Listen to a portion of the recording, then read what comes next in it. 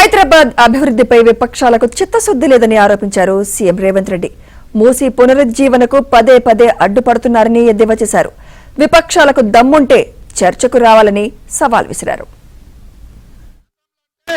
వాళ్ళు చేసిన ఏదో పనులకు ఇవాళ వాళ్ళు ఫామ్ హౌస్లో వండుకున్నారు. వాళ్ళ గురించి చర్చించడం కూడా దండగమారి వ్యవహారం. వాళ్ళ పనితనానికి ఇక్కడనే ట్యాంక్ బండ్ ఉన్నది. కొబ్బరి నీళ్లు చేస్తా అన్నాడు. నీళ్ళు ఎట్లున్నాయో ఒక్కసారి చూడండి. ఇంకా నేను ఏం చెప్పను. ఓల్డ్ సిటీని ఇస్తాంబుల్ చేస్తాడు ఒక్కసారి చూడండి.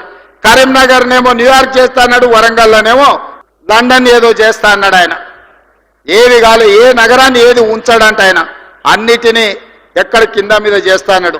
ఎక్కడైనా చెరువులు ఆక్రమించుకున్నోళ్ళు, నాలాలు ఆక్రమించుకున్నోళ్ళు, ఈరోజు కుంటలను ఆక్రమించుకున్నోళ్ళ పాలిట హైడ్రా అనేది వాళ్ళ నిద్రలో కూడా కలలో కూడా వాళ్ళు ఉలిక్కిపడి లేచే విధంగా పనిచేస్తుంది.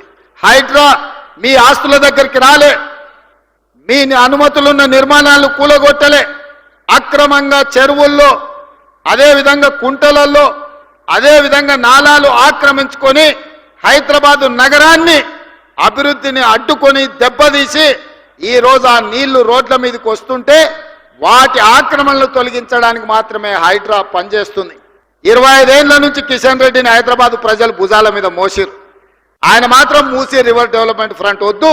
ఎందుకంటే హైదరాబాద్ నగరంలో మూసీ అభివృద్ధి అయితే మోడీ కంటే మంచి పేరు తెలంగాణకు వస్తుంది కాబట్టి మేము కాళ్ళలో కట్టె పెడతాం, మూసీని గట్టనీయం, అట్లట్ల గారితో మూసీలో పోయి పండుకుంటాం అంటుండు.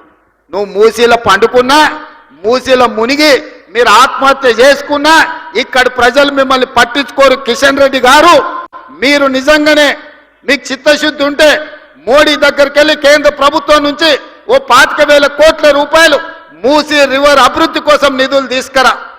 అక్కడ పేదోళ్ళ కోసం ముసలి కన్నీరు గారుస్తున్నావు కదా, ప్రధానమంత్రి ఆవాస్ యోజన కింద భూమి నేను ఇస్తా, ఓ 10,000 కోట్ల రూపాయలు తీసుకురా.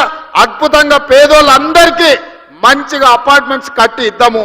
ఇవాళ నేను సూటిగా బీఆర్ఎస్ను బీజేపీని ఇద్దరిని అడగదలుచుకున్నా. 10 ఏళ్ళు ఈయన అధికారంలో ఉన్నాడు, 11వ సంవత్సరం ఆయన అధికారంలో కొనసాగుతుండు.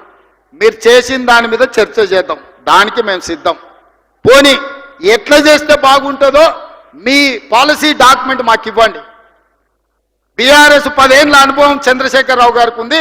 మున్సిపల్ శాఖ, ఐటీ శాఖ మంత్రిగా, ఇండస్ట్రియల్ మినిస్టర్గా కేటీఆర్ గారికి ఉంది.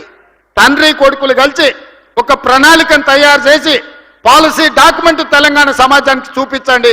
ఎస్, ఈ ప్రభుత్వం ఈ ప్రణాళికతో ముందుకు వెళ్ళాలి, ఈ విధంగా అభివృద్ధి చేస్తే దీనికి అయ్యే నిధుల ఖర్చు ఇంత, ఈ నగరం అభివృద్ధి ఈ రకంగా చెందుతుంది, దీనికి ప్రతిపక్షంగా మేము సూచన చేస్తున్నామని మీరు ఒక పాలసీ డాక్యుమెంట్ తీసుకొని రండి.